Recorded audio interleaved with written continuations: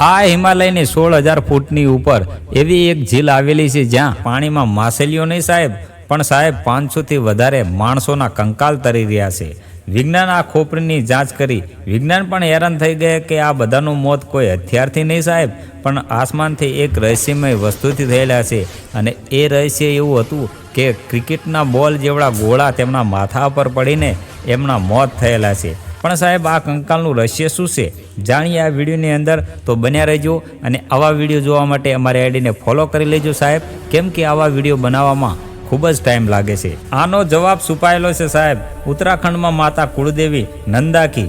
માતા નંદાકી પાર્વતીનું જ એક રૂપ હતું. ઉત્તરાખંડમાં 16 વર્ષ પહેલા એક ખાસ યાત્રા નીકળતી હોય છે. આ યાત્રા નંદાદેવી રાજજાત યાત્રા તરીકે ઓળખવામાં આવે છે. ઉત્તરાખંડથી માતા પાર્વતી કૈલાશ પર્વત ભગવાન શિવની પાસે જતા હોય છે. આ યાત્રા ચામોલીના નોટી ગામથી ચાલુ થાય છે અને તેનો છેલ્લો પડાવ હોમકુંડ હોય છે. હોમકુંડ જગ્યાથી એકલા માતા સસુરાલ કૈલાશ પર્વત ઉપર ભગવાન શંકરની જોડે એકલા જતા હોય છે સાહેબ. પણ સાહેબ ભક્તોને હોમકુંડ પહોંચવા માટે આ જેલથી પસાર થવું પડે છે. સદીઓ પહેલાની વાત છે.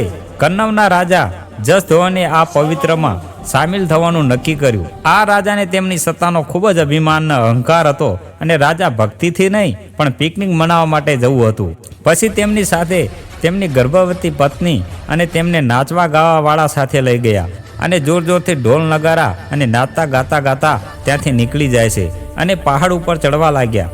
માતાને તેમની વિદાયના સમયમાં આવા ધધિક માતાજીને ગમ્યા નહીં.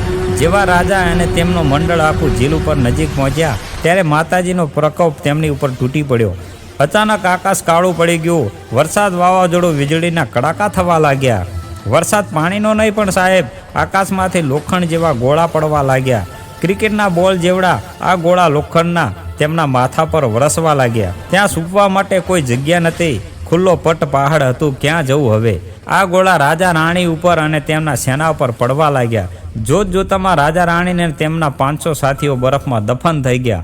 હજારો વર્ષો પછી 1942માં ત્યાં બરફ પીગળી ગયો અને દુનિયાની નજરે આવ્યું. આખું ઝીલ કંકાળથી ભરેલું. ત્યાં ફોરેન્સિકની જાંચ થઈ અને વિજ્ઞાનીઓને પુષ્ટિ કરી. ખોપરીમાં દરારો હતી ને મોટા ખાડા હતા. કોઈ ભારે ગોળ ચીજ જેવી લાગેલી હશે. આ ઝીલ આજ પણ સાહેબ ગવા દે છે કે કુદરત કે ઈશ્વરના નિયમને તોડવાનું પરિણામ શું આવે છે સાહેબ. જો તમે માતાજીને માનતા હોય ને તો આ વિડીયો વધુને વધુ શેર કરજો અને કમેન્ટમાં જય માતાજી જરૂર લખીને જજો. જય